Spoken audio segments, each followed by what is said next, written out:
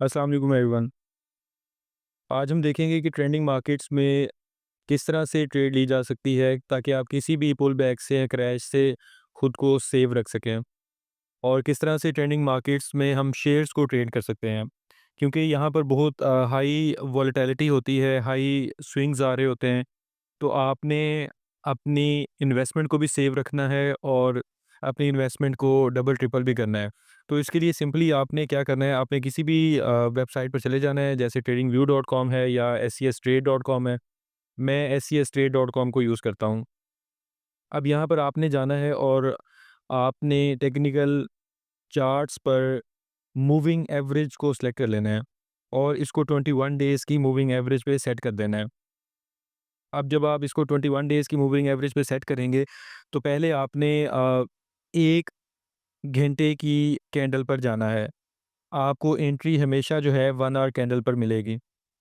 यहाँ पर आपने जाकर देखना है कि कब शेयर ने इस लाइन को, जो कि 21 आवर्स की मूविंग एवरेज है, इसको ऊपर की तरफ क्रॉस किया है। आपने इस पॉइंट पर एंट्री लेनी है जब ये इसको क्रॉस करके एक कैंडल ऊपर क्लोज़ हो जाए। अगर हम यहाँ पर देखें, तो जब ये इस 21 डेज़ की मूविंग एवरेज से ऊपर क्लोज़ हुआ है, तो इसने अच्छा खासा गेन दिया है। जैसे यहाँ पर अगर हम देखें, तो ये 80 रुपीज़ पे था तकरीबन, और इसने जो है हमें मूव दी। अगर हम यहाँ पर एग्ज़िट होते तो 440 रुपीज़ की, ऑलमोस्ट 100 रुपीज़ की मूव हमें मिली। दूसरी एंट्री इसने हमें करवाई तकरीबन यहाँ पर, और यहाँ पर 440 पे अप्रॉक्स एंट्री थी और हमारा एग्ज़िट हुआ अराउंड 490 रुपीज़। अगेन 50 रुपीज़ का जो है वो हमें गेन मिला।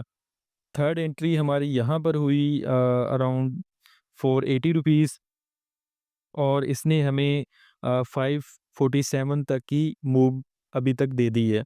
तो इस तरह से आप बिग मूवमेंट्स को जो है वो कैप्चर कर सकते हैं, और जब भी ये इसको 21 डेज़ की मूविंग एवरेज को ब्रेक करेगा नीचे की तरफ, यही आपका स्टॉप लॉस है। 21 डेज़ की मूविंग एवरेज आपका स्टॉप लॉस है।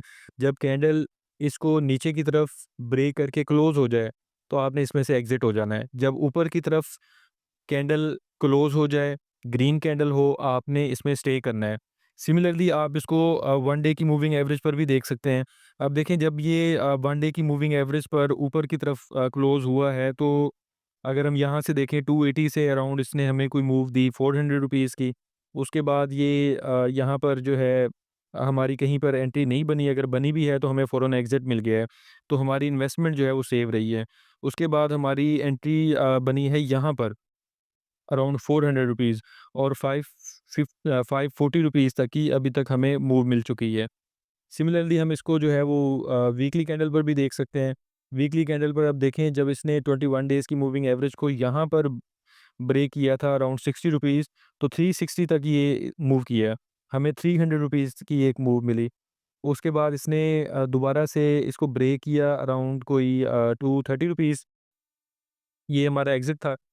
और इसके बाद जो है आप देखें, जब इसने दोबारा इसको ऊपर की तरफ ब्रेक किया है, तो अब तक तकरीबन कोई ये 250 रुपीज़ की मूव दे चुका है। तो आपने सिंपली ये करना है कि जब भी कोई स्टॉक जो है वो 21 डेज़ की मूविंग एवरेज को आर्ली बेस पर ग्रीन कैंडल के साथ क्लोज़ करे, आपने उसमें एंट्री ले लेनी है, और जैसे ही वो इसको रेड कैंडल के साथ जो है ब्रेक करे, आपने इसमें से एग्ज़िट ले लेना है। अब आप ये भी देख रहे होंगे कि जब भी ये ब्रेक करता है ऊपर की तरफ, उसके बाद अगर तो ये इसके एक बिग रेड कैंडल बनी है, तो उसके बाद आपकी एग्ज़िट बनती है यहाँ पर। और अगर ये बिग रेड कैंडल्स नहीं बनी, तो आप इसमें स्टे करें, ये आपको एक अच्छी जो है वो मूव एन्जॉय करवाएगा। और किसी भी मार्केट क्रैश से आप बच सकते हैं अगर आप ये 21 डेज़ की मूविंग एवरेज को फ़ॉलो करते हैं। मार्केट में चाहे वो पाक इंडिया वॉर का क्रैश हो, चाहे अफ़गान और पाकिस्तान के कोई मामलात हों, चाहे ईरान इसराइल के मामलात हों, किसी किस्म की भी कोई प्रॉब्लम आ रही होगी, तो आपको ये मूविंग एवरेज जो है वो एग्ज़िट करवा देगी। आपका ज़्यादा जो लॉस है वो नहीं होगा। लेकिन प्रॉफ़िट के लिए जब भी आप इसमें एंट्री लेंगे, आपको ह्यूज प्रॉफ़िट मिलेगा। किसी भी टाइम फ्रेम पर आप इसमें एंट्री ले रहे हों, चाहे आप डेली पे ले रहे हों, वीकली पे ले रहे हों या आर्ली पे ले रहे हों। Thank you so much for watching.